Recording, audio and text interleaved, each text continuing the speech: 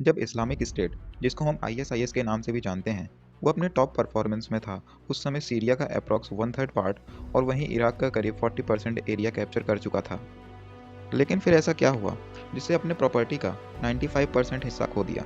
इसी 95% एरिया में से उसकी दो सबसे एक्सपेंसिव प्रॉपर्टी भी शामिल थीं, इराक का लार्जेस्ट सिटी मोसूल और वहीं नॉर्थ सीरिया का शहर रक्का। हेलो फ्रेंड्स, नमस्कार। आप देख रहे हैं ग्लिम्सेस ऑफ इंडिया और आज हम आईएसआईएस के राइज और उसका प्रसारण देन एट लास्ट उसका डाउनफॉल के बारे में एक डिटेल एक्सप्लेनेशन समझेंगे। फ्रेंड्स, इस्लामिक स्टेट यानी ISIS Islamic state in Iraq and Syria को 2004 में अबू मशब अल जरकावी के द्वारा फाउंड किया गया था। दरअसल इसको अल कायदा इन इराक AQI के इन्फ्रेंट ब्रांच यानी शिशु शाखा में उत्पन्न किया गया था। आपको बता दूं कि ये ब्रांच भी अबू मशब अल जरकावी द्वारा 2004 में स्टेबलाइज की गई थी। जरकावी इसके साथ साथ एक प्रोफेशनल बॉम्ब मेकर भी था। जरकावी के मास्टर स्ट्रेटजीज के रीजन से, चाहे वो गोरिल्ला वार हो या फिर सुसाइड बॉम्बिंग, इनमें से सभी में अमेरिकन फोर्सेस की नाक में दम कर रखा था। फिर जरकावी 2006 में अमेरिकन फोर्सेस द्वारा US एयर स्ट्राइक में मारा गया। देन जरकावी की मौत के बाद AQI की कमान अबू अयूब अल मिस्री और अबू ओमर अल बगदादी ने संभाली और फिर इन्हीं दोनों ने AQI को बदलकर Islamic state in Iraq and Syria कर दिया। ISIS 2007 के राउंड में अल कायदा जैसे पावरफुल ग्रुप के इक्वल पहुंच गई थी, क्योंकि उस टाइम पे इराक में सिविल वॉर चल रहा था, जिस रीज़न से ISIS ने इराक के बाहर जाने का डिसीजन अपना कैंसिल कर दिया। वहीं अल कायदा जैसे जिहाद के नाम पर फाइटर्स को अपने पास रिक्रूट करना भी शुरू कर दिया। अपने strong strategies, intelligence, powerful arm force और वेपन की हेल्प से ISIS ने इराक के कई सारे हिस्सों पर कब्जा कर लिया। इतना सब कुछ होने के बाद भी शायद US आर्मी के रीजन से वो अपने ड्रीम्स को अचीव नहीं कर पा रहा था।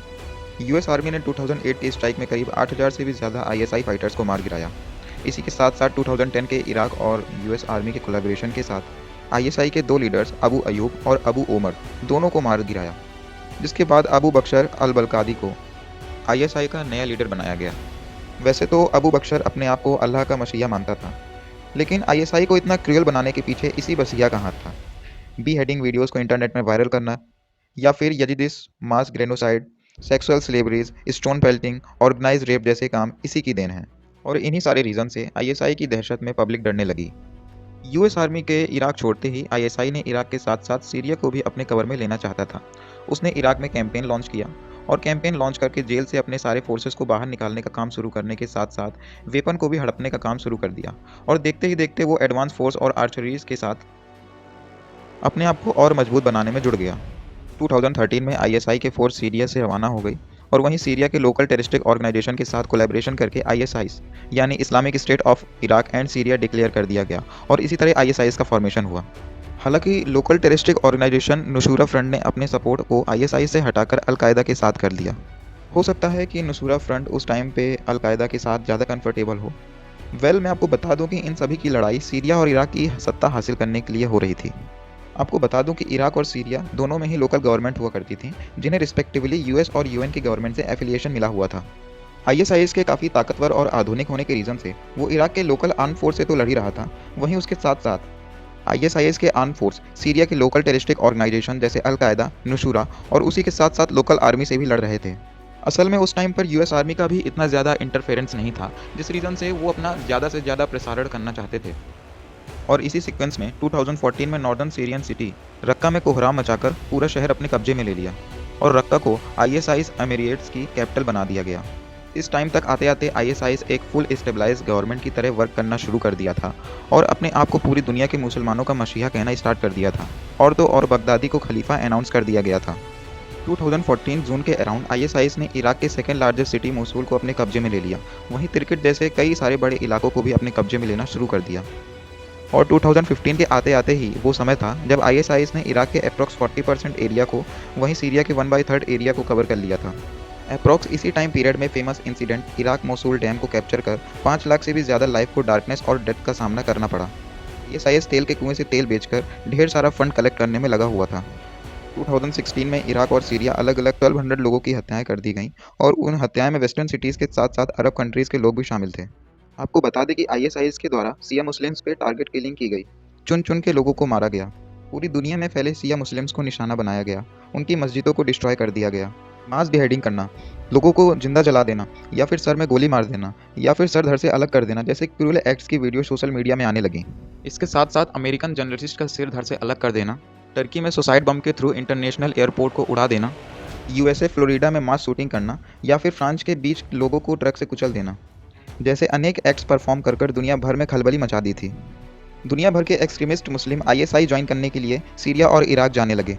आईएसआईएस इतना स्ट्रॉन्ग और प्री प्लान्ड होने के बावजूद भी शायद अंदर ही अंदर कुछ गलतियां कर रहा था, क्योंकि देखा जाए तो जुलाई 2017 में मोसुल शहर को इराक आर्मी के जोरदार हमले से खो दिया। वहीं दूसरी तरफ रक्का को सीरियन डेमोक्रेटिक फोर्स ने कब्जे में ले लिया।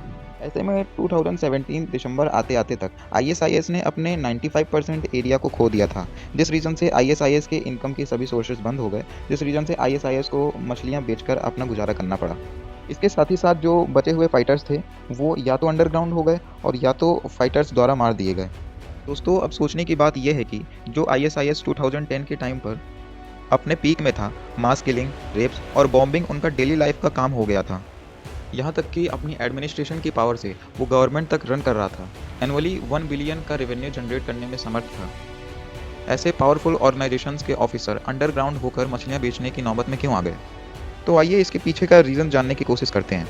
हालांकि आईएसआईएस एक बहुत बड़ा टेररिस्टिक ऑर्गेनाइजेशन था, लेकिन उसके साथ ही साथ शायद वो कुछ ऐसी गलतियाँ कर रहा था जिस रीज़न से उसको हार का सामना करना पड़ा।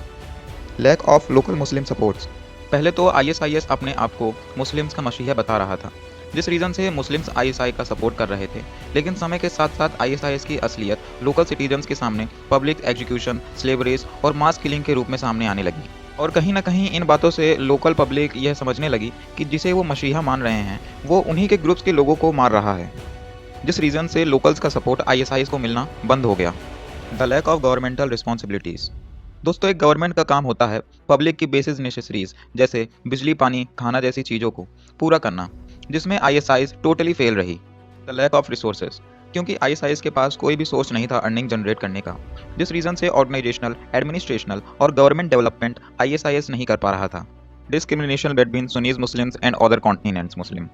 मोस्टली टॉप रैंक्स को सुन्नी मुस्लिम ही ऑक्यूपाइड कर पाते थे और बाकी मुस्लिम फाइटर्स के साथ डिस्क्रिमिनेशन किया जाता था। जैसे भारत और अदर सब कॉन्टिनेंट्स से गए मुस्लिम्स को टॉयलेट साफ करने का काम दिया जाता था। कि टॉप रैंक्स अरब मुस्लिम के सुन्नी ग्रुप को मिलती थी। इस डिस्क्रिमिनेशन के चलते आईएसआईएस को बाकी कंट्रीज के मुस्लिम ग्रुप्स में छोड़ने का फैसला किया। Next reason, international alliance against ISIS and share secret information. देखिए, कहीं ना कहीं आईएसआईएस ग्लोबल डेंजर के रूप में सामने आ चुका था।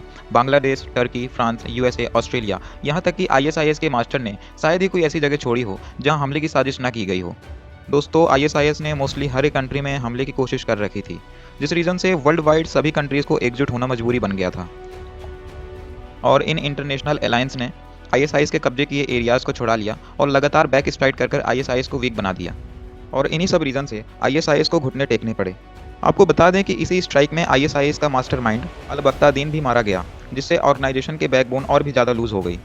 इंटरनेशनल अलायंस के स्ट्रॉन्ग एफर्ट से आईएसआईएस के फंडिंग रिसोर्स जैसे tax, fees, oil, smuggling, kidnapping, looting, online money laundering जैसी चीज़ों से जो आईएसआईएस अच्छा खासा रेवेन्यू जनरेट कर लेता था, उन सभी पे बैन लगा दिया गया। Crucial ideology. आईएसआईएस अपने आप को मुस्लिम्स का मसीहा जरूर बता रहा था, लेकिन उसकी ह्यूमन बिहेडिंग की आइडियोलॉजी को कोई भी सपोर्ट नहीं करना चाहता था। पूरे वर्ल्ड लेवल के international alliance, religion groups ISIS की भयानक आइडियोलॉजी का काउंटर करने में अपनी अलग अलग आइडियोलॉजी निभा रहे थे, जिनको उन्होंने इस्लाम और सच्ची आइडियोलॉजी पर बेस्ड रखा और साथ ही साथ प्यार और ह्यूमैनिटीज़ के बेस्ड पर भी रखा। इसके साथ ही साथ आईएसआईएस के ऑनलाइन वीडियो पे इंटरनेशनल अलायंस द्वारा बैन लगा दिया गया और जो भी आईएसआईएस के पॉसिबल रिक्रूटर्स इसके पहुंच में थे उनको बीच में ही पकड़कर उनका ब्रेन वॉश होने से बचाया गया। साथ ही साथ रेडिकल्स प्रोग्राम चलाए गए ताकि उनको इस्लामिक की सही परिभाषा सिखाई जा सके और सही गलत में फ़र्क भी समझाया जा सके। वहीं दूसरी तरफ सीरिया और इराकी गवर्नमेंट ने अपने बॉर्डर्स को अच्छे से सीज कर दिया, जिससे नए रिक्रूटर्स आईएसआईएस में शामिल ना हो पाएँ और इन्हीं सारे रीज़न से आईएसआईएस का बेस पूरा ख़राब हो गया। अभी भी आईएसआईएस सीरिया के कुछ पार्ट में अंडरग्राउंड होकर एक्टिव है। एटलीस्ट मुझे ऐसा लगता है कि अगर सारे इंटरनेशनल अलायंस आपस में अलाइन नहीं होते तो आईएसआईएस को अपने पीक पर जाने से कोई भी नहीं रोक सकता था। इससे एक बात साफ तौर पर समझ में आ गई कि एकता में बल होता है। इसी के साथ मैं आज की वीडियो यहीं पर ख़त्म करता हूँ। आशा करता हूँ आपको ये वीडियो अच्छे से समझ में आई होगी। इस वीडियो में हमारे साथ अंत तक जुड़ने के लिए आपका बहुत बहुत धन्यवाद। अगर आपको ये वीडियो थोड़ी सी भी इन्फॉर्मेटिव लगी हो तो प्लीज़ इस वीडियो को लाइक करिएगा, अपने दोस्तों के साथ शेयर करिएगा और इस चैनल को सब्सक्राइब करना ना भूलिएगा। From this side, glimpses of India signing off. Have a nice day.